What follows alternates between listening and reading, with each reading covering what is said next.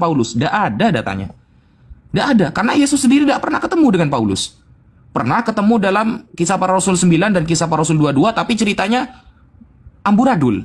Yang satu bilang mendengarkan suara, yang satu bilang tidak mendengarkan suara Yesus. Ini kan amburadul. Berarti secara dunia nyata, Paulus tak pernah bertemu dengan Yesus. Sehingga sekelas penulis Kristen yang terkenal seperti penulis kitab, ya ada buku namanya Sejarah Alkitab yang dibaca se-Indonesia, Karen Armstrong. Dia mengatakan, Paulus saja tidak menyangka bahwa tulisannya akan menjadi kitab suci. Bayangkan, Paulus saja tidak menyangka tulisannya akan menjadi kitab suci. Sehingga tak jarang kalau kita membuka kitab-kitab sejarah, sebenarnya dari kalangan pastor sendiri ada yang membantah Paulus. Contohnya Pastor Matta Al-Mesken pada abad 1999 Masehi.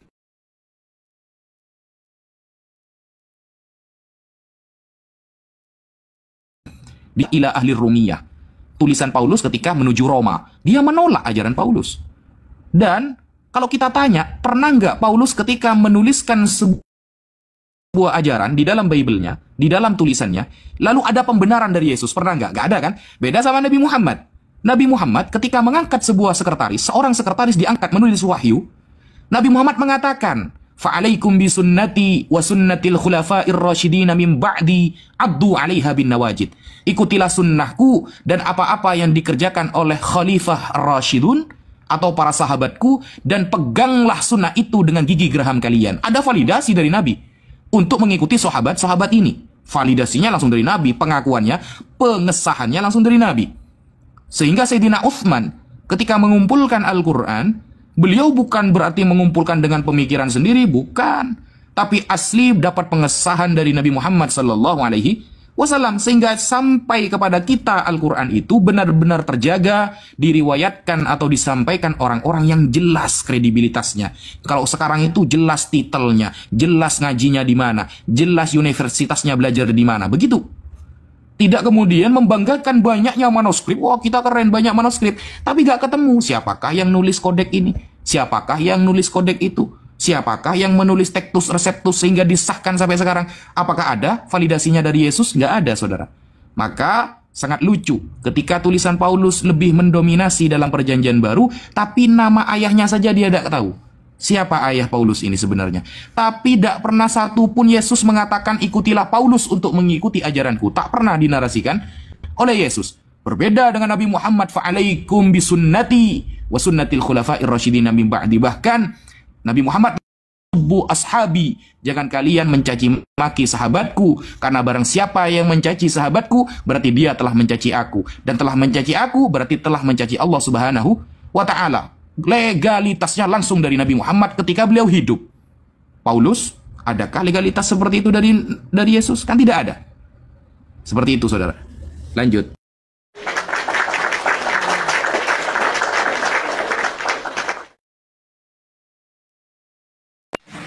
Baik, Ustadz Wafi, kalau Al-Quran itu turun secara mutawatir, mungkin Bible-nya itu turun secara khawatir ya. Jadi sama-sama tir tapi berbeda. Bagi saya begini, Mas Mutu. Iya. Syarat hadis sahih itu ada 5. Ini hadis ya, bukan Quran ya.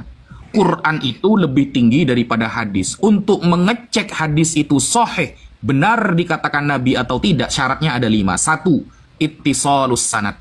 Sanadnya harus sambung. Saya mendapatkan hadis ini dari Mas Mutu, Mas Mutu dari Bang Zuma dari Bang Handi dari Bang Beni dari Bunda Rahma dari Bunda Mila dari Abu Yastrong, sampai Rasulullah. Harus jelas, orang-orangnya nggak boleh fiksi, apalagi fiktif. Yang kedua, adalatur rawi. Apa adalatur rawi? Malakatun tahmilu ala mulazamati taqwa wal muru'ah. Orangnya adalah ahli ibadah, menjaga marwahnya. Kalau orangnya serampangan, nggak boleh meriwayatkan hadis, langsung dhaif hadisnya. Ketiga, ad-dhabt, cekatan, ingatannya kuat. Keempat, apa keempat? Tidak terjadi syad antara satu orang yang menceritakan dengan orang yang lain, tidak boleh bertentangan. Yang kelima, ngomongnya nggak ngawur, tak terjadi illat. Nah, kalau 5 ini terpenuhi, maka hadis baru bisa dikatakan sahih. Satu saja tidak terpenuhi, maka hadis langsung turun derajatnya menjadi dhaif. Kalau Bible sekarang, sanad, ada nggak Bible bersanad? Tidak ada. Dua, ada nggak syarat Bible penulisannya harus dari orang-orang yang terpercaya, amanah, dan menjaga ketakwaannya? Ada nggak syarat seperti itu? Nggak ada. Ketiga, ada nggak syarat dalam penulisan Bible itu orangnya harus cekatan, ingatannya kuat? Oh, tak bisa, nggak ada. Karena buktinya Paulus sendiri pernah lupa.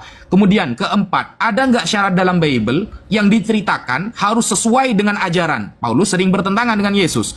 Kelima, ngomongnya nggak ngawur. Itu sering terjadi dalam penulisan Bible. Nah, kalau kelima-limanya nggak ada, itu bukan hadis do'if namanya kalau di Islam. Kalau kelima-limanya nggak ada, namanya di dalam Islam hadis maudhu', atau kita katakan hadis palsu. Palsu kalau di pelajaran ilmu hadis. Ini belum ke Al-Quran. Karena syarat Al-Quran nambah satu nanti. Apa? Tawatur. Apa tawatur? Harus diriwayatkan orang-orang yang banyak, yang semuanya terpercaya. Adakah syarat seperti itu di dalam penulisan Bible? Kan tidak ada, saudara. Jadi sama-sama mutawatir, tapi kalau Bible itu khawatir. Begitu, saudara. Lanjut. Masya Allah, Ustadzina, luar biasa. Coba gimana, Pi? Masih bangun kau? Pi? Oi, Nah, coba. Anda ini gimana sih? Ada tanggapan nggak? Itulah Islam, keren kan? Pi, gue dengar aja dulu. gini, Pi. Untuk mendapatkan kebenaran, Anda itu cukup pakai akal sehat Anda dan juga jujur terhadap diri Anda sendiri. Dan singkirkan kesombongan dalam hati Anda, bro. Begitu. Gimana? Pi, nggak ada tanggapan? Gue dengarnya dulu. Aku baru pertama kali ketemu sama Abdul Wafi nih. Wah, Kiros. Tad, kasih paham Tad. Tad, kasih paham Tad. Baru pertama kali dia. Ya, salam kenal. Nama saya Abdul Wafi, saya dari Jawa Timur, saudara. Sekian, terima Salam kenal Pak Ustadz. Iya, salam kenal juga VP. Iya, Kiros Moto dari SD 06 Petang. Terima kasih. Astagfirullah. Alah, pipi terguncang, pipi. Saya ingat Mas Muto ya, 3 tahun yang lalu waktu saya debat dengan Sofiatul Al-Hayat itu ya. Itu 2 jam. 2 jam dia bertanya Al-Quran ya. Manuskripnya Al-Quran dituduh menyontek. Alhamdulillah atas nikmat dari Allah terjawab secara tuntas. Kena satu pertanyaan Markus 16 ayat 8. Langsung tumbang Sofiatul. Aduh. Langsung bisa Wafi dikeroyok CRT. RBN, Billy turun semuanya. Langsung turun semuanya satu RT. Bang Suma langsung ngakak gitu Bang Suma itu. Aduh, ya Allah. Jadi teman-teman kalau mengikuti perdiskusian ini sudah sejak 4 tahun yang lalu, jujur ya, dulu itu kita tidak pernah turun di TikTok. Yang turun di TikTok ini cuma Uniriva, Mas Forest, itu aja yang saya tahu. Nah, dulu awal-awalnya kita berdiskusi itu di Zoom. Bunda Rahma, Bang Handi, kita di Zoom. Lalu di-live-kan di YouTube. Wah, itu perdiskusiannya lebih ngeri daripada yang di TikTok. Kalau di TikTok, saya rasakan banyak teman-teman Kristen itu nggak bisa nampilkan data. Entah karena memang nggak punya data atau karena akunnya belum bisa open cam dan lain sebagainya. Tapi kalau di Zoom, jangan coba-coba ngomong nggak ada data. Langsung selesai nanti di sana. Makanya kayak Metatron, Edis, ya. Kemudian Rudy Yohanes. Itu sebenarnya makanan kita di Zoom itu. Di sini keren kali mereka ternyata. Coba tanyakan sama Mas Mutu, Bang Zuma, Bang Handi ya. Dulu Mas Rudy Yohanes, Edis TV, Metatron itu ya. Itu dulu makanan renyah itu di Zoom oleh kita itu 3 tahun yang lalu. Di sini itu didewa-dewakan sama Kristen itu. Padahal mereka ini ngomong sekarang. Ngomong sekarang dalilnya tahun depan mereka itu.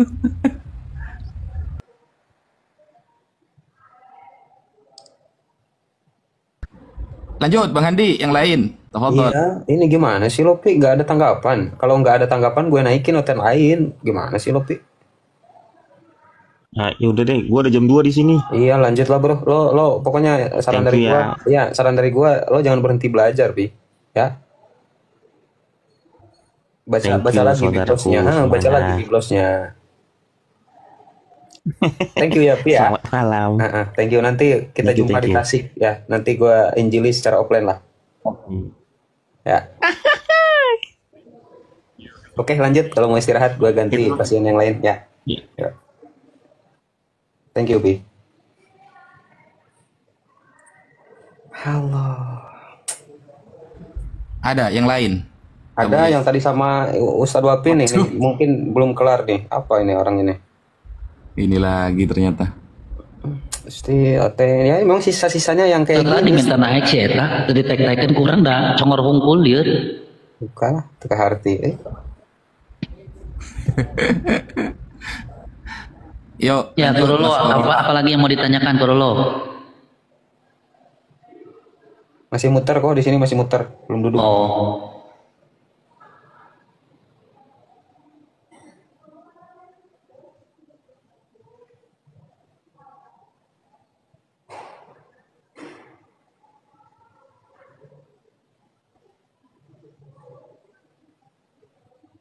Muter-muter kan kayak otaknya, kagak jelas sekali ya. udah keluar loh tapi di sini gambarnya. Iya, yang benar yang di host kok. Oh kan Ini kepental. saya coba baca Bu Yaya, Yohanes 1 ayat 1 berbahasa Madura. Lambe de adeen firman meloloh. Ben firman ria hereng bi pangeran. Pas firman ria pada na pangeran. Nah itu kan beda kan ya? Beda. Lafalnya pangeran, bukan Allah. Allah itu bukan pangeran. Allah ya Allah. Allah ya Allah. Pangeran ini Tuhan, gitu loh. Iya kan disesuaikan dengan ini Ustadz Wafi, dengan tradisi budaya setempat supaya mudah dipahami oleh orang lain untuk melakukan sesuatu. Iya. Nih, benar. kok sapa dulu kok, sapa kok. Lipilit, selamat pagi Lipilit. Selamat pagi, Dari agamanya apa? Kristen. Kristen. Ya silakan, mau bertanya atau mau ditanya? Dia suruh minta tanggapan karena dari tadi dia minta naik, pasti nyimak di bawah. Silakan bro, kalau mau. Oke, silakan tanggapi apa yang mau Anda tanggapi dari perdiskusian kita. Diskusi apa tadi, Bang? Cuman saya dengar Astagfirullah. Ustadz ngomong ini tadi. Kayak sanad-sanad gitu, metode pewahyuan gitu. Itu yang saya nyimak. Ya lalu setelah Anda mendengar, menyimak, lalu kesimpulannya? Kesimpulan kalau memang secara konsepnya begitu, pertanyaannya kebenaran dari ajarannya itu sendiri gitu loh. Misalnya contoh, apakah benar Al-Quran itu wahyu Tuhan, itu maksudnya. Kan, Ada lagi yang Berarti gini. mau ditanyakan selain itu? Oke, berarti kita angkat tema saja biar enak ya, biar dua arah. Biar sekaligus dijawab. Gini saja kok, kita angkat tema, tapi sepakati dulu sama Livi. Gimana kalau kita bahas kitab suci, biar dua arah. Sepakat nggak Livi? maksudnya gimana toh? Iya, kita bahas tentang kitab suci gitu kan. Ini yang layak disebut kitab suci ini, firman Tuhan ini, Al-Quran apa Biblo. Sepakat gak lo? Ya coba-coba aja. Oke, siap. Yang narasi mau Anda dulu atau Ustadz Wapi dulu? Livi? Saya coba dulu ya. Oke, silakan. Saya buka mulai Al-Hijr ayat Al-Hijr. 8. Ini gimana? Lo prolog dulu. Biblos kan kitab suci menurut lo. Bener gak? Iya, saya mulainya dari situ kan, Bang. Bukan gini. Sabar. Gimana? Lip. Ketika berdiskusi, Anda prolog dulu begini loh. Anda perkenalkan dulu kitab suci Anda dan ajaran Anda. Kitab suci Bible itu begini-begini, cara pewahyuannya begini, cara penulisannya begini, dan orang yang ditulisnya ini begini-begini. Nah, itu prolog namanya. Bisa? Oh, baik, saya perkenalkan. Ya, silakan. Kalau Bible kan metode pewahyuannya itu kan menggunakan malaikat ya, perantaranya, baru ke nabi. Nah, gitu. Kalau di Al-Quran gimana? Gitu aja dulu. Ya, segitu saja prolognya. Ya, segitu aja. Segitu aja. Oke, baik. Silakan Ustaz. Tafadhol. Oke, bismillahirrahmanirrahim. Assalamualaikum warahmatullahi wabarakatuh. Alhamdulillah wassalatu wassalamu ala Rasulillah Sayyidina Muhammad ibn Abdullah wa ala alihi wa sahbihi wa man wala amma ba'd. Pertama, metode pewahyuan di dalam Al-Quran itu satu, ya, satu. Allah menurunkan sebuah kitab suci kepada Nabi Muhammad melalui malaikat Jibril. Ayatnya dalam Al-Quran. Contohnya seperti surah Al-Haqqah. Di dalam Al-Quran Allah berfirman, Innahu laqawlu rasulin karim. Al-Quran itu adalah ucapan dari orang yang diutus oleh Allah. Siapa? Yaitu malaikat Jibril. Jadi ada metode itu dengan menurunkan malaikat Jibril, menyampaikannya kepada Nabi Muhammad selama 20 tahunan. Dan Nabi Muhammad mendapatkan Al-Quran itu secara tadrijian, berangsur-angsur. Nah, ada kemudian Allah berfirman kepada Nabi, bertemu dengan Nabi dengan menggunakan suara. Wa idh nada rabbahu bil wadil muqaddasi tuwa. Contohnya, Allah berinteraksi langsung dengan Nabi Musa. Makanya Nabi Musa disebut dengan kalimullah, orang yang langsung berfirman dengan Allah. Wa kallamallahu Musa taklima. Allah langsung berfirman kepada Nabi Musa. Ya, itu cara pewahyuan di dalam Al-Quran. Sekian. Dan di sini Mas Lipi bertanya kepada saya tentang kitab suci Al-Quran. Nanti akan saya jawab, tapi akan saya tanyakan balik tentang kitab suci Anda. Dan syaratnya harus minimal membaca datanya di mana. Sekian. Masya Allah, keren itu. Nah, itu baru prolog. Silakan Livi. Anda lagi. Enggak kan? Livi, silakan. Baik. Tadi kan Pak Ustadz memperkenalkan kitab suci Al-Quran, metode pewahyuan menggunakan Jibril ya Pak Ustadz. Benar begitu Pak Ustadz? Ya. Betul. Coba Jibril itu Pak Ustadz katakan tadi malaikat.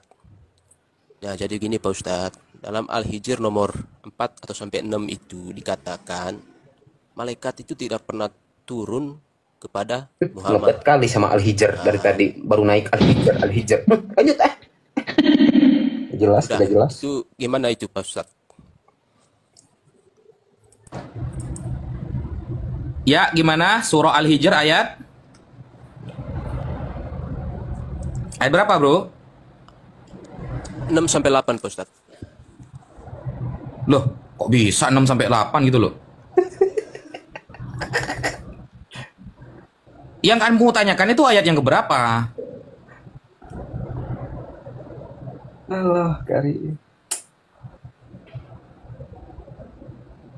Yang ayat 9 atau ayat 8-nya? Maksudnya yang malaikat gak turun kan? Betul nggak? Ya, ayat 8 nggak apa-apa. Mulai ayat 8 aja. Oke, ayat 8 kita baca. Bismillahirrahmanirrahim. Ma nunazzilul malaikata illa bil haqq wa ma kanu idzam munzarin. Kami tidak menurunkan malaikat kecuali dengan kebenaran. Jangan dibaca cuma tidak menurunkan malaikat saja. Tapi di sana ada pengecualiannya, kecuali dengan kebenaran. Jika orang-orang kafir itu mengingkarinya, mereka tidak diberi penangguhan dari azab Allah.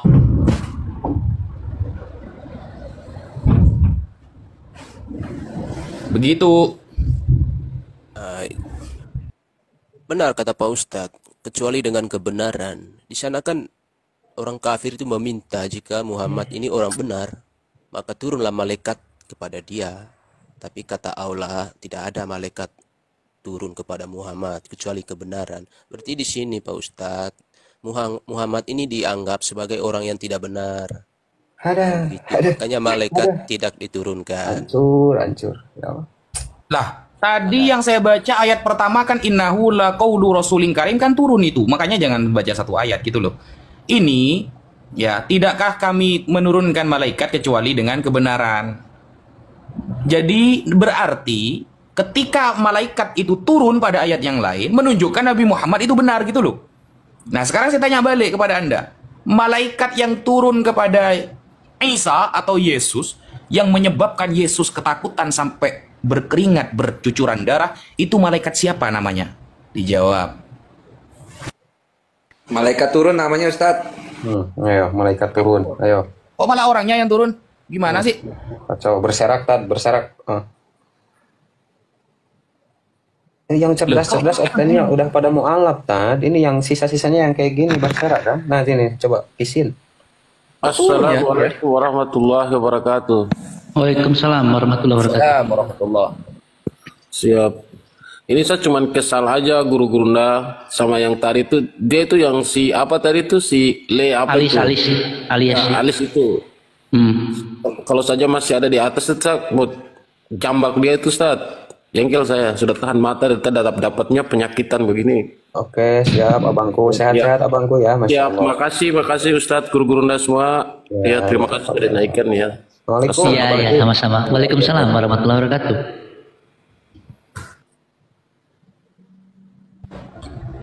Kok dia kabur sih? Nggak tahu Ustaz, berserak. Kagak Nggak bisa jawab, nggak bisa jawab.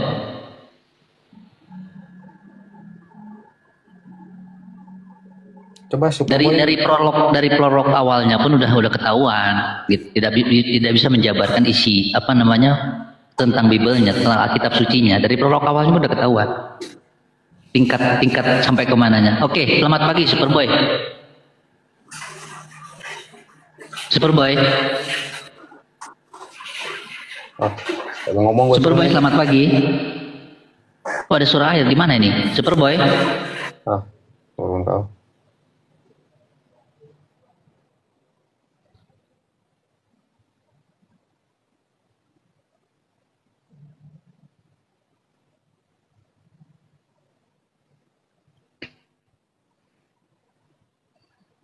Oke, selamat pagi Mas Aril.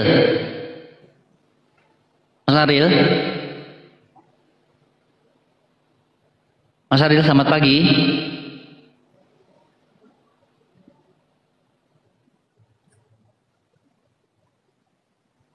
Kan nggak jelas ya yang naik ya. Kenapa ya? Iya ya si KTP, kumaha si KTP teh. Tergantung terserah Ustadz Wapi. Masih minat sama si KTP Tad? Silakan Tad. Kalau minat saya naikkan. Orangnya gimana? Menghujan nggak? Yang kemarin dia mualaf 6 jam.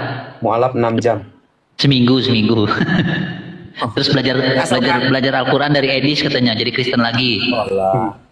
Asalkan pembicaraannya dua arah, bisa saling bertanya, monggo. Ya KTP, selamat pagi, silakan. Selamat pagi semuanya. Kalau dari suaranya udah lemes gini kagak jelas loh. Ya, udah turun. Kamu siap berdiskusi atau gimana? Kalau mau istirahat, saya turunkan. Iya, istirahat aja. Soalnya udah dituin duluan, malas sudah. Iya, Oke. turun aja kau. Kagak jelas kali kau. Gini, Memang- saya nggak sukanya gini Tad. Dia pas mau alap itu nangis-nangis Tad. Terus nggak lama dia malah menjelek-jelekan Bang Zuma di Komal-Komal Oten. Nih saya mau alap gini-gini, saya tercerahkan oleh Edis gini-gini. Ngerti saya paling jijik lihat. Enggak, kalau tercerahkan oleh Edis itu kan ajaran Kristen nggak apa-apa. Dia bilang belajar Al-Quran belajar Islam dari Edis, belajar Al-Quran dari Edis, kan goblok.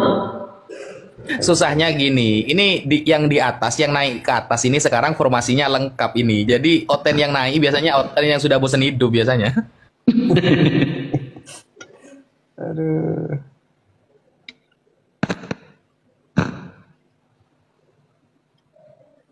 Kok masih ada Oten kok? Coba kok ini HP saya udah mulai ngelag-ngelag kok.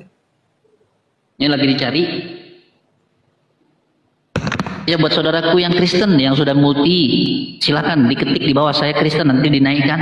Karena banyak sekali nih yang minta permintaan, mungkin dari saudara-saudara Muslim, karena slotnya tinggal 1. Ya mohon maaf ya untuk saudaraku yang Muslim, slotnya tinggal 1. Bisa sih kalau mau naik nanti slotnya 2, nanti hostnya dia saya turunin. Ya silakan yang mau naik ditulis, diketik saya Kristen, nanti dinaikkan. Ya cek VT susah bro, terlalu banyak yang mau minta naiknya kebanyakan, nanti cek VT, belum tentu semua ada VT-nya, karena akunnya pun masih 0 pengikutnya.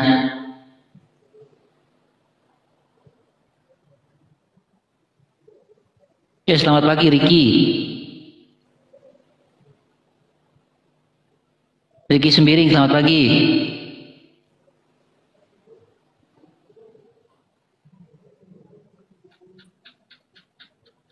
Kan minta naik, dinaikin begini. Aduh.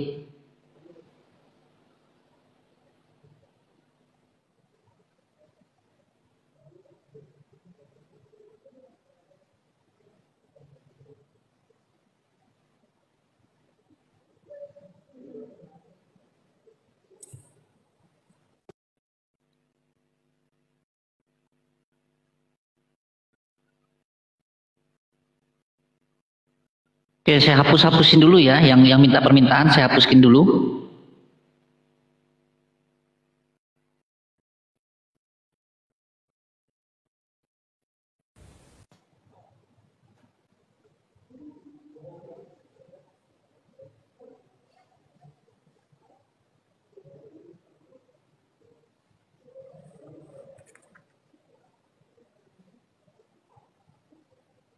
Karena dari tadi udah dari jam berapa, mungkin dari berapa jam yang lalu, udah banyak yang multi, mungkin lupa, ketiduran.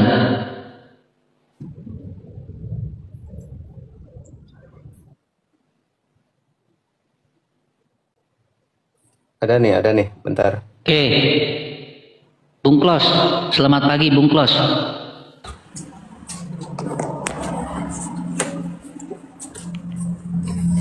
Bung Klaus, ya Allah, innalillahi wa inna ilaihi rajiun. Nah, si Dublin nih, Ote nih. Dublin. Ini bukan Dublin, Dablek ini. Ya. Selamat malam semuanya. Yes. Malam-malam. Ya, gimana nih? Saya tadi dari room sebelah, pertanyaan saya tuh jadi buat orang semuanya kejang-kejang. Ya. Saya bertanya nih mengenai Izin bro, ini gini jangan curhat dulu bentar. Gue kasih tahu dulu. Ini gue buka komol untuk diskusi. Lo silakan bertanya, tapi lo juga harus siap ditanya. Jangan bertanya mulu, kagak mau ditanya. Gimana? Lo siap ditanya kagak? Oke. Oke, silakan. Oke, mau angkat tema apa? Bung, sebentar Bung. Bung mau ambil tema apa? Ya, saya ngambil tema adat istiadat dan agama. Adat istiadat dan agama. Oke. Iya, oke. Silahkan Anda prologkan dulu. Adat istiadat agama Anda prolog dulu, silahkan. Oke. Saya lahir dari suku Batak. Ya. Ini bukan perkenalan diri, ajarannya. Buat liburan daripada ngantuk. Ya. Sebentar dulu loh. Jadi kita bisa tahu poin yang dibicarakan gimana sih? Iya kan Anda mengatakan budaya dan agama. Masa saya bicara gini loh. Masa saya bicara, saya orang Batak, saya mau bicara tradisi Jawa. Pengajaran iman saya, agama saya, itu tidak ada pertentangan mengenai penerimaan adat istiadat. Ya, kecuali masalah penyembahan. Tetapi kalau untuk urusan adat istiadat itu tidak ada pertentangan.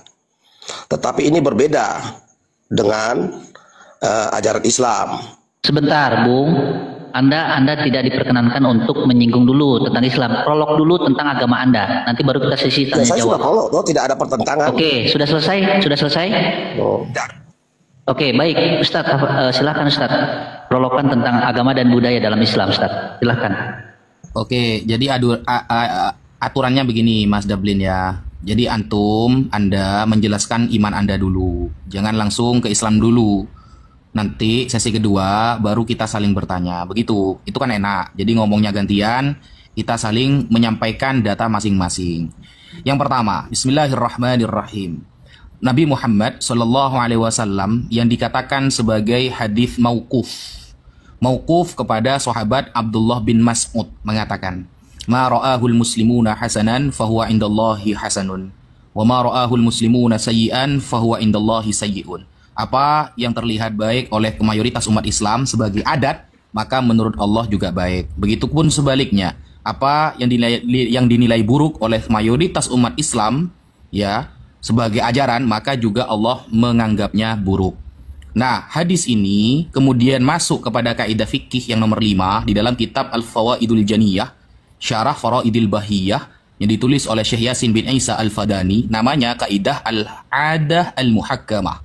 Adat atau adat istiadat itu juga bisa dijadikan sebagai hukum di dalam agama Islam. Dan ini juga dikuatkan oleh Al-Imam Ibnul Muflih Al-Maqdisi di dalam kitabnya Al-Adabus Syar'iyyah wal Minahul Mar'iyyah. Beliau mengatakan, la yambagil khuruj min adatin nas illa fil haram. Tidak boleh kita keluar dari adat istiadat masyarakat kecuali adatnya hukumnya haram. Mungkin itu dulu prolog dari saya. Sekian, terima kasih. Oke, terima kasih Ustaz. Oke, dilanjutkan, silakan Bung. Kalau Anda ingin bertanya, silakan tiktokan saja dengan Ustadz Wafi. Lanjutkan. Ya, saya tadi justru karena tidak ada pertentangan di dalam ajaran kepercayaan saya, ya. Tetapi kalau mengenai pandangan teologisnya dengan kesukuan saya memang berbeda, itu saya akui. Tetapi kalau untuk mengenai tradisi tidak ada pertentangan.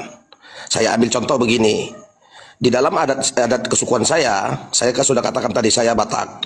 Di dalam kesukuan saya ulos itu merupakan salah satu dikatakan salah satu perangkat lah begitu, ya, yang nilainya itu sangat sakral, ya. Nah, baik itu dalam pandangan sosial dan bermasyarakat, ya.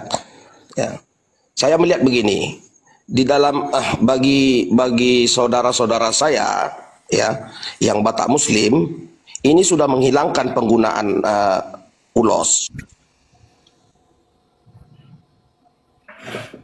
Nah, loh, kenapa dia? Kenapa lari ke ulos ya? Nah, karena dia habis di kick di tempat Uni Rifa katanya. Iya, benar itu pasien saya, dia penghujat luar biasa. Ya udah, baguslah di bawah. Babe, selamat. Ini ada Babe, nih Babe aja Babe. Ntar dulu, maksud gue kok apa hubungannya sama ulos ya? Ya nggak ada sih, cuma mungkin dia kepental kali dipotin orang banyak-banyak. Kok bisa turun sih? Macem loh, banyak ulos loh. Ulos Semangat saya ini. Gini Pak Babe, ini di sini ada Ustadz Wafi ya Pak Babe. Yep. Anda belajar dari Ustadz Wafi, ilmunya luar biasa Pak Babe. Lebih bermanfaat ngobrol sama Pak Babe daripada yang tadi. Yang tadi banyak modorotnya. Kalau sama Pak Babe insya Allah banyak hikmahnya nanti. Silakan Pak Babe, Ustadz Wafi. Yap, Ko Beni, Pak Ustadz, abang-abang yang lain, guru-guru, Pak Ustadz Wafi, salam kenal Pak Ustadz. Ya, salam kenal Pak. Saya Kristen Pak Ustadz. Oh, Masya Allah. Siap. Siap. Saya cuma mau belajar aja Pak Ustadz. Izin Pak Ustadz. Bukan debater saya Pak Ustadz. Ya gak apa-apa Pak. Apa yang mungkin yang mau ditanyakan? Ya, tadi Pak Ustadz mengulangi tadi saya sempat lewat, saya dengar Pak Ustadz. Izin Pak Ustadz.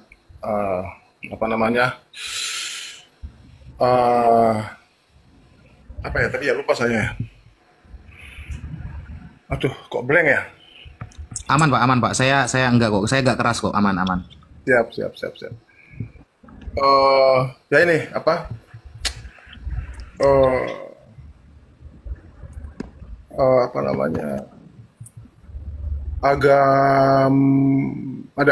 udah ketemu nih Pak Ustadz.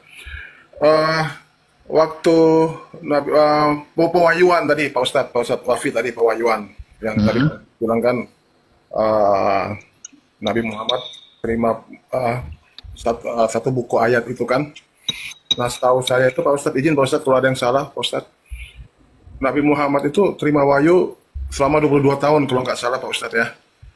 Iya, terus? Usia 40 tahun sampai usia 62 tahun. Nah, di situ waktu saya sudah bertanya di beberapa komal, tapi memang waktunya nggak pas waktu itu Pak Ustadz. Iya. Waktu itu Pak Ustadz, izin Pak Ustadz. Waktu di usia 40 ke 62 tahun itu kan proses pewahyuan yang diterima Nabi Muhammad. Wahiro 5 ayat yang diterima beliau itu dari 5 ayat di Gua Hiro, selanjutnya lewat mimpi, selanjutnya lewat bercerita, dan dengan sahabat-sahabatnya terjadilah ayat. Kalau tidak salah Pak Ustadz ya. Oke. Pewahyuan itu berapa ayat yang dari malaikat Jibril, dan berapa ayat dari sahabat-sahabatnya, dan berapa ayat dari apa namanya Pak Ustadz, dari mimpi Pak Ustadz. Izin Pak Ustadz, kalau ada yang salah mau diluruskan Pak Ustadz. Dari mimpi. Begini Pak.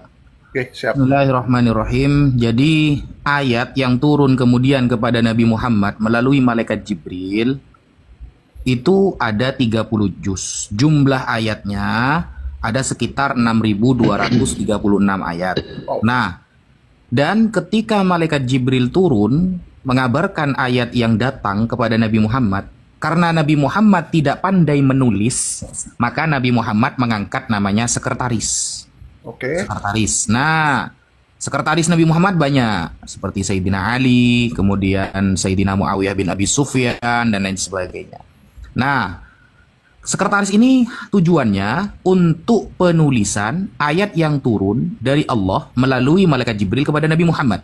Oke. Jadi ayat turun ditulis, ayat turun Nabi Muhammad nyuruh tulis, gitu. Jadi tidak ada perbedaan jumlah ayatnya antara yang ditulis oleh para sahabat dengan apa yang datang kepada Rasulullah, begitu Pak. Itu nggak semuanya di Gua Hiro ya Pak Ustadz ya? Oh enggak, di Gua Hiro itu adalah yatahannath. Di dalam Sahih Bukhari ya, kitab Sahih Bukhari, kitab hadis Sahih, Nabi Muhammad itu yatahannas, beribadah al-layali, bermalam-malam di Gua Hira. Itu wahyu pertama Pak. Okay. Wahyu pertama. Sehingga yang turun saat itu hanya 5 ayat. Yaitu surah ya, Iqra bismi rabbikal ladzi khalaq, khalaqal insana min 'alaq, Iqra wa rabbukal akram, alladzi 'allama bil qalam, 'allamal insana ma lam ya'lam. Itu yang turun cuma 5 di Gua Hira itu, gak semuanya. Gitu, Pak. Selama 22 tahun ya Pak Ustadz ya?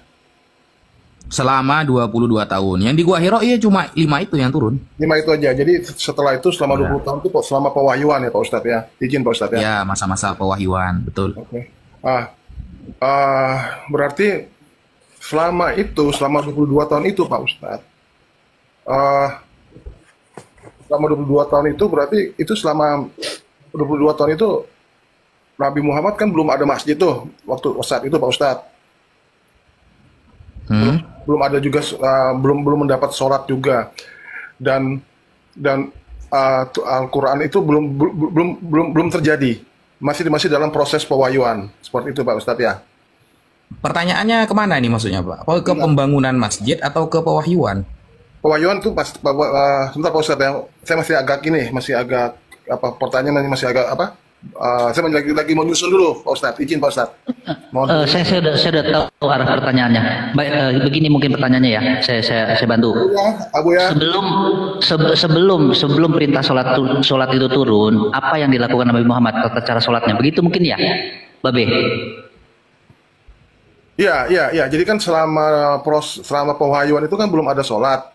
Iya, oke. Pertanyaannya seperti itu, Ustaz Wafi. Jadi sebelum perintah sholat itu turun, bagaimana tata cara Rasulullah beribadah? Silakan Ustaz Wafi. Iya, jadi Rasulullah SAW itu melakukan sholat malam 2 rakaat sebelum diwajibkannya yang 5 kali dalam sehari. Itu tertulis di dalam kitab-kitab para ulama seperti kitab Nihayatuz Zain fi Irsyadil Mubtadi'in yang ditulis oleh Al-Imam An-Nawawi. Nah, jadi sebelum diwajibkan, karena begini, wajibnya sholat 5 waktu itu ketika setelah Amul Hazan. Setelah Nabi Muhammad mendapatkan tahun-tahun kesedihan. Setelah pamannya wafat, Abu Thalib radhiyallahu an, lalu kemudian istri tercinta beliau, Sayyidah Khadijah radhiyallahu anha, lalu wafat. Akhirnya Nabi Muhammad di-Isra' Mi'rajkan. Tertulis di dalam surah Al-Isra' atau surah Bani Israel ayat pertama. Subhanalladzi asra bi'abdihi lailan minal masjidil haram ilal masjidil aqsa alladzi barakna haulahu linuriyahu al-ayah. Itu jadi Nabi Muhammad diisrakan oleh Allah setelah wafatnya 2 orang yang beliau cintai, Sayyid Abu Thalib radhiyallahu an dan Sayyidah Khadijah radhiyallahu anha. Sebelum itu Nabi Muhammad sholat 2 rakaat dalam setiap malam. Gitu. Begitu, Pak. Oke, Pak Ustadz. Tadi saya dengar Isra Mi'raj nih Pak Ustadz. Gak apa-apa saya tambah pertanyaan satu lagi Pak Ustadz ya, izin ya. Jangankan 100 pun insya Allah kita jawab. Siap. Matursun Pak Ustadz. Isra Mi'raj itu dalam bentuk mimpi apa bentuk nyata itu Pak Ustadz? dalam bentuk nyata. Dan tidak ada orang melihat ya, seperti itu ya Pak Ustadz ya. Iya. Karena kalau ada pertanyaan begini Pak Sombaman ya, ada pertanyaan begini. Kenapa kok tidak ada saksi Nabi Muhammad mendapatkan wahyu di Gua Hira? Tidak ada saksi juga ketika Nabi Muhammad di Isra Mi'rajkan. Lalu bagaimana kita percaya? Padahal tidak ada saksinya. Maka saya katakan, saksi yang menjadi saksi Nabi Muhammad diisrakan ada dua. Satu Allah, yang kedua malaikat Jibril. Loh, kok tidak ada orang yang menyaksikan? Yesus dalam Bible mengatakan, cukuplah Bapa menjadi saksi atas diriku. Nah, Yesus saja mengatakan, Bapa cukup menjadi saksi atas diriku. Maka saya katakan, di dalam Islam lebih. Bukan hanya Allah, tapi malaikat Jibril. Begitu, Pak. Sehingga, apakah Nabi Muhammad ini mimpi Isra Mi'rajnya, atau Nabi Muhammad ini dengan jasadnya? Nah, di sini jelas dikatakan oleh para ulama yang sangat banyak sekali, ya, bahwa Nabi Muhammad bahkan para sahabat ya itu mengatakan Nabi Muhammad di Isra Mi'rajkan jasad dan rohnya. Berarti ya, karena jasad dan rohnya Nabi Muhammad dalam keadaan terjaga, bukan sedang mimpi. Begitu, Pak. Ya, Pak Ustadz. Izin, Pak Ustadz. Dan sedikit Pak Babe ya, saya coba bermain logika. Ustadzuna Wafi, masuk sedikit ya, Ustadz ya. Enggak. Siap. Jadi Pak Babe, kalau berbicara tentang Isra Mi'raj ya Pak Babe, itu kan termasuk mukjizat. Jadi mukjizat itu adalah khawarikul adat, sesuatu yang mendobrak terhadap hukum adat gitu. Ya sama seperti Yesus gitu kan, bisa menghidupkan orang mati, menyembuhkan orang buta, itu namanya mukjizat. Yes. Ya, nah itu adanya di dalam Islam itu, mukjizat itu diberikan kepada para nabi dan para rasul gitu. Nah, untuk datanya itu ada di dalam surah Al-Isra ayat 1. Bismillahirrahmanirrahim. Subhanalladzi asra bi'abdihi laylan minal masjidil haram ilal masjidil aqsa. Al-ayat sadaqallahul azim wallahu a'lam bihaqiqatil murad. Intinya daripada ayat ini, Pak Babe, jadi Nabi Muhammad itu diisrokan dan dimi'rajkan oleh Allah. Jadi Allah yang mengisrokan. Jadi bukan Nabi Muhammad yang bisa, tapi Allah membisakan. Saya buat contoh seperti ini. Semut misalkan dari Indonesia sampai ke Mekah, dia tidak bisa berjalan sendiri dengan waktu 2 jam misalkan. Ya. Itu sesuatu yang tidak masuk akal. Dari Indonesia semut berjalan sampai ke Mekah misalkan dalam jangka waktu 2 jam. Itu tidak mungkin, sesuatu yang tidak masuk akal. Tetapi bisa semut dalam waktu 2 jam dari Indonesia sampai ke Mekah. Ketika semut itu misalkan masuk ke kantong saya dan saya pergi ibadah haji, amin. Nah, saya naik pesawat, sampailah 2 jam misalkan dari Indonesia ke Mekah. Nah, ini semut bisa dari Indonesia sampai ke Mekah dalam jangka waktu 2 jam. Karena diberangkatkan lewat tas saya naik pesawat. Nah, jadi seperti itu. Nabi Muhammad pun seperti itu. Jadi yang memberangkatkan Allah. Ya, jadi memang kan di sana yang jadi permasalahan, kok bisa gitu kan dalam jangka waktu yang sebentar Nabi Muhammad Isra Mi'raj gitu. Nah, jadi analoginya seperti itu Pak Babe. Bisa dipahami Pak Babe? Bisa Pak Ustadz. Nah, begitu. Wallahu a'lam. Lanjut Pak Babe. Pertanyaan berikutnya. Isra Mi'raj ini salah satu kontroversi juga Pak Ustadz ya. Salah satu kontroversi juga yang salah satu juga jadi perdebatan itu Pak Ustadz kan, seperti itu Pak Ustadz. Mohon izin Pak Ustadz kalau saya salah Pak Ustadz. Ya, jadi Isra Mi'raj itu menjadi perdebatan bagi orang-orang yang ada di luar Islam. Kalau teman-teman Kristen misalnya ya, memperdebatkan Isra Mi'raj karena itu hal yang mustahil, maka hanya gara-gara gak ada saksi misalnya. Hanya gara-gara gak ada saksi.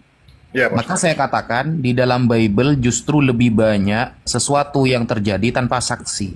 Contoh, Ketika Yesus mengatakan, semua firman yang telah kau berikan kepadaku, telah aku sampaikan kepada mereka. Yohanes 17 nomor 8.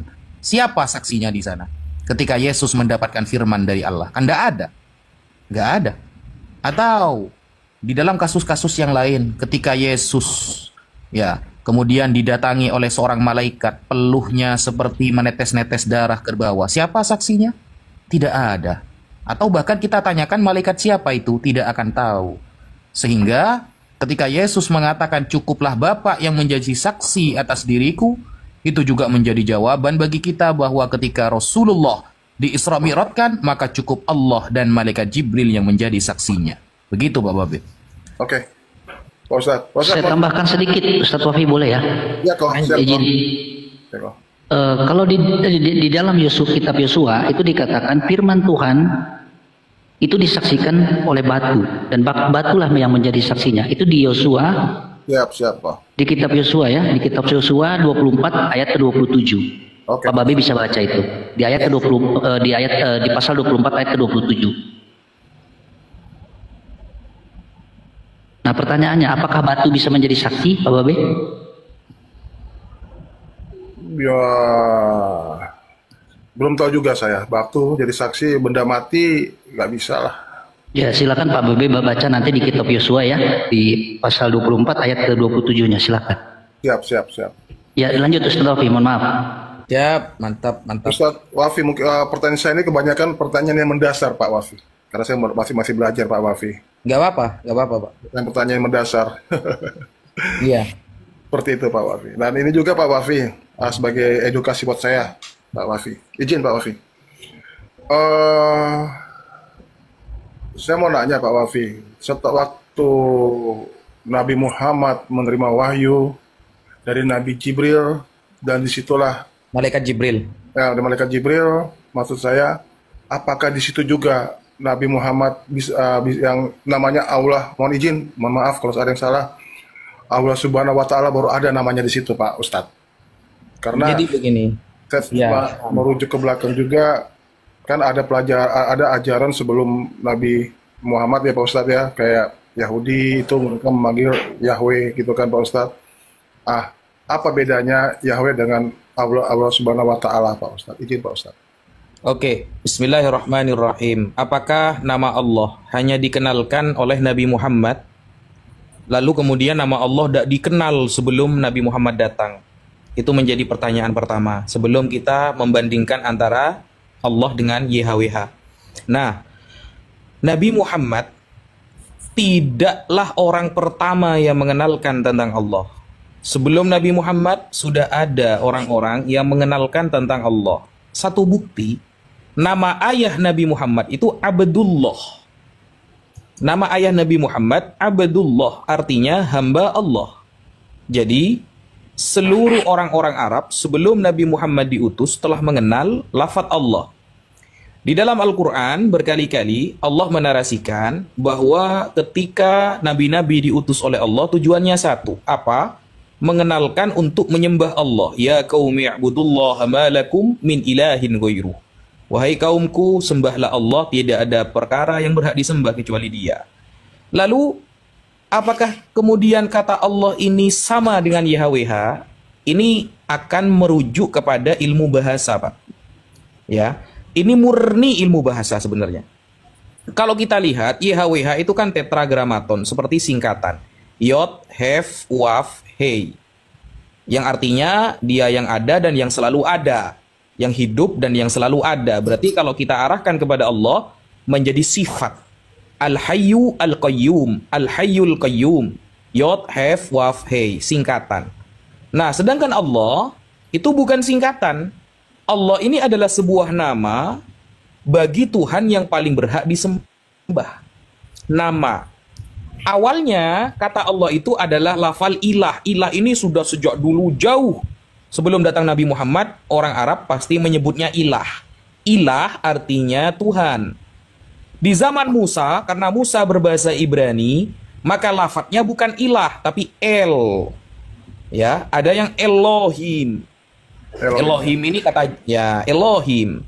kata jamak yang merujuk kepada satu oknum. Lafadznya jamak, Elohim ini jamak, tapi merujuk kepada satu oknum. Siapa? Yod, Hef, Waf, Hei, atau YHWH itu.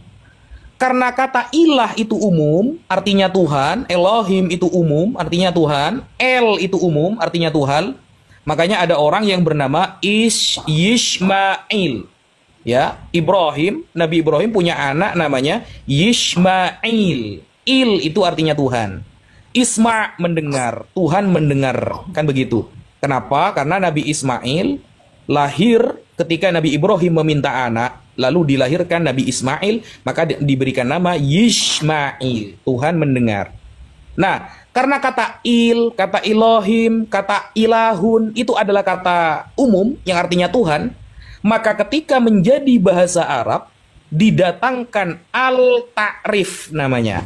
Al yang menunjukkan khusus pada satu oknum. Awalnya ilahun, Tuhan, umum, ya, Tuhan ini artinya umum, Tuhan siapapun. Tapi lalu di dalam bahasa Arab didatangkan al yang menunjukkan satu oknum yang paling benar disembah, maka menjadi Allah.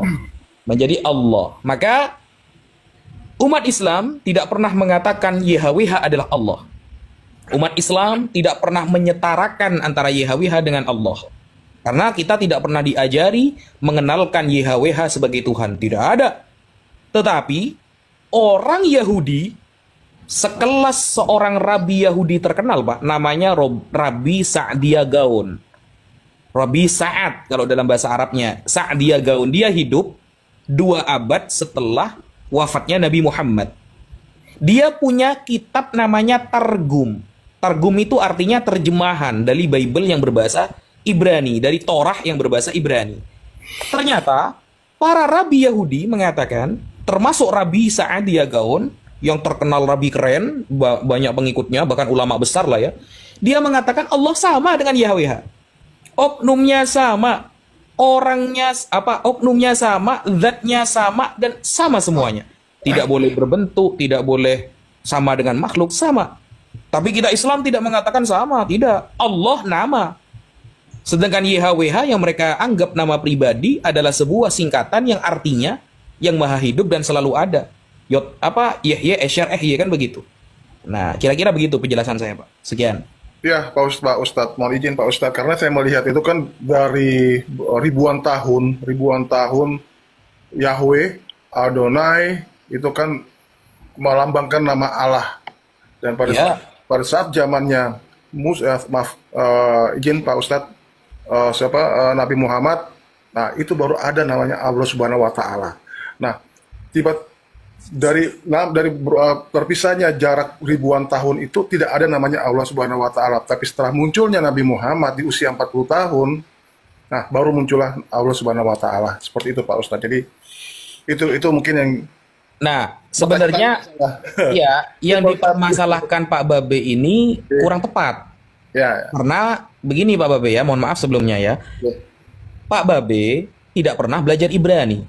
Pak Babe tidak pernah belajar Aramaik. Pak Babe tidak pernah belajar Suryani maupun bahasa Arab. Sehingga ketika saya tadi menerangkan tentang kata Allah, YHWH, Elohim, dan Il, itu mungkin Pak Babe belum terlalu paham karena belum belajar bahasanya. Kami, saya pribadi, ya, yang sudah mempelajari beberapa bahasa ini, meskipun tidak banyak, khususnya pada lafadz Allah ini, saya pelajari, itu hanya perubahan bentuk bahasa sebenarnya.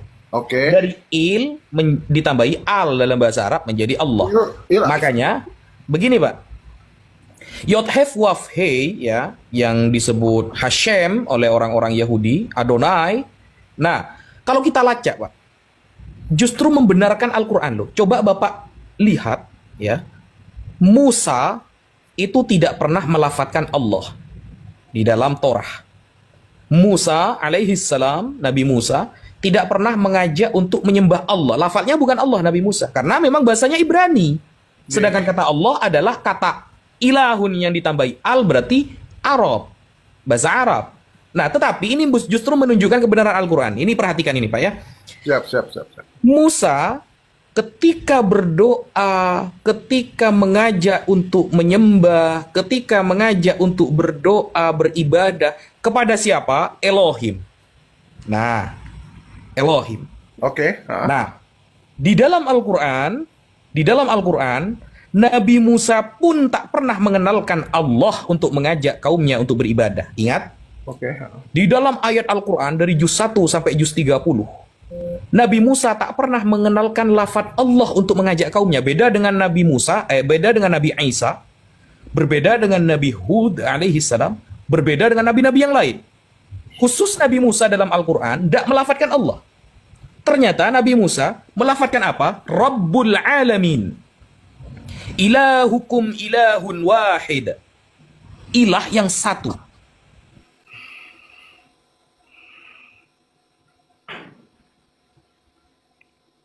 Bukan. Sehingga, kenapa Nabi Musa tidak pernah melafazkan Allah, tapi melafazkan Rabbul Alamin, Tuhan yang pemilik semesta alam. Karena ingat, musuh Nabi Musa adalah orang yang mengaku dirinya adalah Tuhan. Berbeda dengan kasus-kasus Nabi yang lain. Semua Nabi ketika berdakwah tidak pernah menemukan satu sosok musuhnya yang dia adalah seorang raja lalu mengaku dia adalah Tuhan. Tapi ternyata Nabi Musa mendapatkan musuh yang cukup berat, yaitu pengakuan Tuhan atas musuhnya. Saya adalah Tuhan, kata Fir'aun. Maka Nabi Musa tidak melafazkan Allah, tapi melafazkan Rabbul Alamin di dalam Al-Quran. Tuhan, sang pemilik semesta alam. Sehingga ketika Nabi Musa berdiskusi, berdebat dengan Fir'aun, Nabi Musa ditolong oleh Allah menyampaikan dalilnya, menyampaikan hujahnya, sehingga Nabi Musa bisa mematahkan apa yang disampaikan oleh Fir'aun. Ini membenarkan Al-Quran. Di dalam Bible, perjanjian lama maksud saya, Torah, Nabi Musa memang tidak melafazkan Allah, tapi Elohim. Ya, Tuhan sang pemilik semesta. Nah, ini hanya perubahan bahasa saja, Pak. Seharusnya Bapak jangan mempermasalahkan nama. Seharusnya Bapak mempertanyakan buahnya. Karena pohon itu akan melihat buahnya. Kalau buahnya bagus, berarti pohonnya bagus. Kalau kan di dalam Bible diterangkan, Pak ya, semua itu tergantung buahnya. Kita akan tahu bagaimana ajaran itu tergantung buahnya. Coba Bapak perhatikan. Tidak ada kitab suci di dunia ini. Semua agama, Pak, di dunia ini mengaku dia mengajarkan kasih. Kristen mengajarkan kasih. Yahudi pun ngaku-ngaku mengajarkan kasih. Buddha mengaku mengajarkan kasih. Hindu mengaku mengajarkan kasih. Tapi tidak ada kitab suci di dunia ini, ayat pertama di dalam kitab sucinya langsung menyebutkan Tuhan Sang Maha Kasih. Kecuali hanya Al-Quran. Al-Quran, ayat pertama langsung menyebutkan Bismillahirrahmanirrahim. Dengan menyebut nama Allah yang Maha Pengasih lagi Maha Penyayang. Boleh Anda mengklaim agama Anda beragama kasih, tapi hanya Al-Quran, satu-satunya kitab suci, ayat pertama langsung mengenalkan Tuhannya Sang Maha Kasih. Maka Bapak tidak usah mempermasalahkan nama, karena Bapak belum belajar bahasa-bahasanya. Bingung nanti. Maka Bapak belajarlah buahnya. Apa buah dari sebuah ajaran itu? Oh, ternyata Musa di dalam Torah sama dengan Al-Quran. Sama-sama mengajarkan menyembah kepada satu Tuhan. Tidak pernah mengajarkan menyembah kepada dua Tuhan, apalagi istilah Tritunggal. Itu buah dari ajaran Musa. Ilahukum ilahun wahid. Tuhanmu cuma satu. Gak ada istilah dui tunggal, apalagi Tritunggal. Maka untuk nama, saya kira Bapak harus banyak belajar bahasa dulu, sehingga pergantian nama itu bisa Bapak pelajari. Itu hanya pergantian bahasa saja. Tetapi buah dari ajaran itu, Nabi Musa tak pernah mengenalkan Yesus. Nabi Musa tak pernah menubuatkan Yesus. Nabi Musa tak pernah mengatakan tentang dui tunggal, apalagi Tritunggal. Tapi Musa mengandalkan dan mengajarkan hanya satu tunggal, yaitu ilahukum ilahun wahid, atau yang dikatakan Elohim. Begitu, Pak. Ya, Pak Ustadz, izin Pak Ustadz. Memang karena kan kalau saya sebagai orang awam ini kan pasti jadi pertanyaan, Pak Ustadz. Apalagi saya dari seberang kan, Pak Ustadz. Mohon izin, Pak Ustadz. Iya. Jadi tiba-tiba kalau dari mohon izin Pak Ustadz, dari Islam kan mengajarkan juga tentang ajaran Taurat, Mazmur, Zabur, Injil, ya kan. Nah, di dalam tiga buku itu kan tidak ada yang menyebut nama Allah Subhanahu Wa Taala. Mohon izin Pak Ustadz ya, kalau saya salah Pak Ustadz ya. Nah itu, nah pas waktu di Nabi Muhammad sudah menerima wahyu, pewahyuan semuanya, jadilah satu buku yang namanya Al-Quran itu. Nah, disitulah baru ada namanya Allah Subhanahu Wa Taala. Seperti itu Pak Ustadz, mohon izin Pak Ustadz. Tapi Pak Ustadz bilang cuma perubah nama aja gitu kan Pak Ustadz ya, tapi sosoknya sama ya Pak Ustadz ya. Iya, hanya perubahan bahasa sebenarnya Pak. Itu pun Bapak akan lebih paham. Iya, ketika Bapak mempelajari bahasa-bahasa itu gitu loh. Oh, cuma perubahan bahasa. Kayak Isa Pak ya. Isa nih, saya kasih contoh. Siap. Aslinya kan Yesu, Yeshua Hamashiach. Dalam bahasa Arab ternyata kata Yesu huruf terakhir dipindah ke depan menjadi Aisu. Karena orang Arab itu berat mengucapkan kasroh lalu dhammah, maka dibaca Isa. Yesu dalam Arab maka diganti menjadi Isa. Hanya perubahan bahasa sebenarnya. Tapi kalau nggak belajar bahasanya ya pusing memang. Begitu Pak.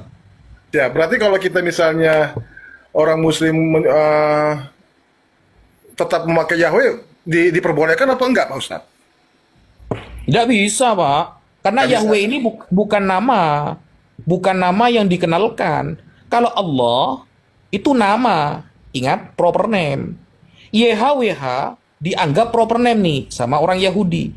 Tetapi YHWH ini adalah tetragramaton, singkatan. Yang jatuhnya kalau di Islam cuma sifat Al-Hayyul Qayyum, yang maha hidup dan selalu ada. Jadi kalau Allah gak ada maknanya. Karena memang nama gitu loh. Sama dengan saya, nama saya Wafi. Dimanapun saya berada, nama saya tetap Wafi. Mau di Amerika, mau di Australia, Wafi. Begitu. Nah sedangkan YHWH ini dianggap nama kan sama Yahudi kan, keilmuan Yahudi. Tetapi ternyata ada maknanya. Yang maha hidup dan yang maha selalu ada. Itu jatuhnya sifat cuma. Begitu. Begitu Pak. Ya Pak Ustadz. Oke, makasih Pak Ustadz. Nanti ada waktu kita bisa diskusi lagi Pak Ustadz.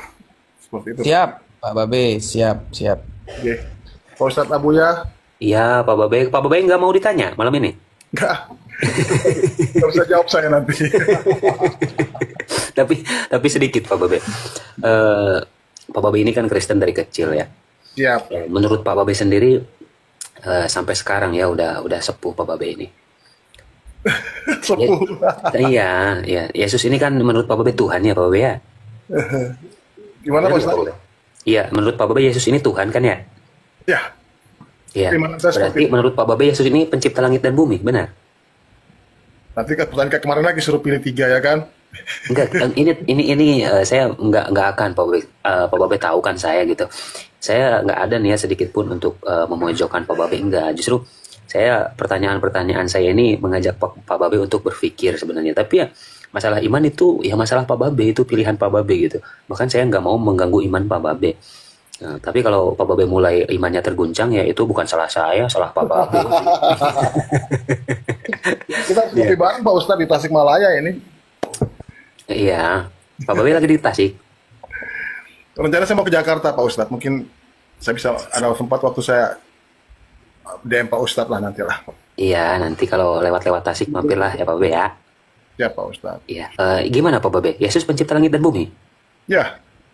Berarti Tuhan Pak Babe pencipta langit dan bumi ini dikandung oleh Bunda Maria ya selama 9 bulan. Begitu? Iya. Memang harus begitu Pak Ustadz. Begitulah ceritanya Pak Ustadz. Oh, begitu Ustadz Wapi, Tuhan dikandung Ustadz Wapi. Mana sih Ustadz Wapi ini? Untuk hal kepercayaan, saya tidak mengganggu kepercayaan Pak Babe.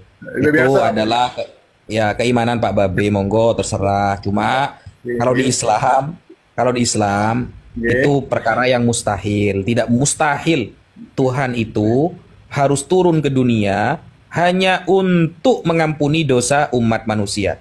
Kalau tujuannya hanya untuk mengampuni dosa, maka ini justru menunjukkan kelemahan seorang Tuhan bagi umat Islam. Kenapa? Pak Presiden itu bukan nggak bisa buka pintu mobilnya. Tapi ketika pintu mobil Presiden dibuka oleh ajudan, itu menunjukkan keren. Pak Presiden ini wibawa, pintu mobil saja dibukakan. Allah tidak perlu turun untuk hanya ingin menghapus dosa manusia. Cukup menyuruh malaikat, menyuruh utusan, itu sudah cukup. Kenapa? Karena justru ketika turun, ini akan menjadi problem di kalangan umat. Karena begini Pak, kalau kita pikirin nih Pak ya, di atas rambut sampai kaki yang menciptakan adalah Allah, Tuhan. Pikiran kita yang menciptakan Tuhan, akal kita, hati kita, hidung kita, semuanya yang menciptakan Tuhan. Maka bagaimana kemudian hanya gara-gara kita berdosa, Tuhan rela lalu turun-turun tangan? Tidak perlu. Itu justru bukan menunjukkan kemampuan. Justru menunjukkan tidak kemampuannya. Kenapa? Ya saya contohkan tadi, seorang bos semakin banyak anak buahnya, dia semakin keren, Pak. Orang kaya semakin banyak yang jaga rumahnya, itu semakin keren. Maka Allah Subhanahu wa taala menggunakan konsep yang logik. Semakin keren sebuah Tuhan, dia tidak akan turun tangan dalam hal apapun. Cukup wahyu, ada malaikat Jibril. Sangkakala, ada malaikat Israfil. Pencatatan amal baik, ada Raqib dan Atid. Tidak perlu turun. Kenapa? Karena justru kalau turun, itu akan menyebabkan banyak nantinya perdiskusian dan banyak nantinya hinaan. Kenapa? Karena memang nggak boleh Tuhan itu merendahkan dirinya, karena dia harus maha kuasa. Dia harus terus wibawa, dia harus terus maha kuasa. Nggak boleh maha kuasa ini lalu mengerucut, mengecil menjadi manusia. Nggak boleh. Tuhan ketika memang maha kuasa, maka kemahakuasaannya harus setara, terus maha kuasa. Maka tak perlu dia turun hanya untuk menghapus dosa dunia. Hanya karena kesalahan Adam, yang Adam adalah ciptaannya sendiri. Contoh, saya membuat robot. Masa hanya gara-gara robot saya harus jadi robot? Saya cukup menyuruh orang yang ahli robot untuk mengetahui robot saya ini rusaknya di mana. Apa bagian tangan atau bagian otaknya. Cukup saya panggil, bayar orang tukang robot. Tidak perlu saya jadi robot untuk membenahi seorang robot. Begitu. Itu pemikiran kita, Pak. Tidak wajib Bapak imani. Tafadhol. Siap Pak Ustadz. Ya, Pak Babe di follow ya. Ustadz Wapi ya Pak Babe ya. Ya, saya follow Pak Ustadz ya. Iya, saran dari saya kalau Ustadz Wapi nanti live, Anda nyimak-nyimak saja di bawah ya Pak Babe. Ambil ilmunya ya. Siap Pak Ustadz. Matur suwun Pak Ustadz semuanya. Ya, sama-sama Pak Babe. Ini stay mana Pak Wafi, Pak Ustadz? Saya sekarang stay di Bekasi, tapi biasanya saya di Jawa Timur. Kalau Pak Babe mau mampir di Jawa Timur, di dekat Gunung Bromo, Pak Babe. Oh, Jember. Probolinggo. Oh. Ya, mampir saja Pak Babe. Kalau lewat Probolinggo, insya Allah kita kasih sesuatu yang spesial Pak Babe. Siap. Tapi jangan salahkan Ustadz Wapi. Nanti kalau Pak Babe mampir, Pak Babe jadi imannya tergoyang, nanti bahaya. Enggak, aman. Kalau saya ini, kalau lawan bicaranya ada ngomong keimanan, ya saya enggak. Kalau cuma ngomong masalah sepak bola, ya saya nyambung gitu aja. Pak, Ustadz Wafi Madura ya? Ayah saya Madura, ibu saya Antioquia, Malang. Malang. Saya Malang. Ya. Orang alam. Malang. Jadi Jawa dengan Madura, Pak. Madura. Ye, siap. Selangkong, Pak Wafi, Ustadz. Ya, Depade. Makasih semuanya, Pak Abu ya, Pak Ustadz. Pak Babe, siap. Pak Beni, semuanya, kawan-kawan di sini. Bunda juga, makasih. Nanti ada waktu saya diskusi lagi ya, Pak Ustadz ya. Iya. Mungkin Pak Ustadz, pertanyaan saya cuma mendasar aja Pak Ustadz, sebagai pembelajaran Pak Ustadz. Iya, tapi saran dari saya juga Pak Babe, selain bertanya tentang Islam, itu bagus, keren. Cuman ya begitulah Pak Babe. Pak Babe mungkin harus makin rajin, baca-baca biblos, dipahami, diteliti. Begitu Pak Babe ya. Ya Pak Ustadz Abu ya, siap guruku, siap. Pak Babe. Makasih semuanya. Ya, sama-sama Pak Babe. Saya di bawah nyimak ya. Ya, Pak Babe, ya. Biar gantian. Terima kasih. Selamat malam, Pak Babe. Selamat malam. Abu ya, saya izin tahajud ya. Siap. Saya turun dulu guruku. Siap, lanjut Ustadz Wafi. Ya, semoga terima kasih ya teman-teman yang sudah berpartisipasi, sudah semangat typing, sudah semangat menge-share dan lain sebagainya. Semoga kita semuanya selalu diberikan hidayah dan maunah oleh Allah Subhanahu wa taala. Iman kita selalu dijaga oleh Allah, keluarga kita dijaga oleh Allah dari akidah yang tidak benar, dan semuanya yang ada di sini semoga semuanya husnul khatimah. Amin. Dan nanti di hari kiamat kita benar-benar menjadi umat yang dibanggakan oleh Rasulullah SAW. Saya izin dulu, sudah waktunya tahajud. Sekian, terima kasih. Walafu minkum. Assalamualaikum warahmatullahi wabarakatuh. Waalaikumsalam warahmatullahi wabarakatuh. Dan Daeng, mungkin kita istirahat dulu ya. Tutup aja.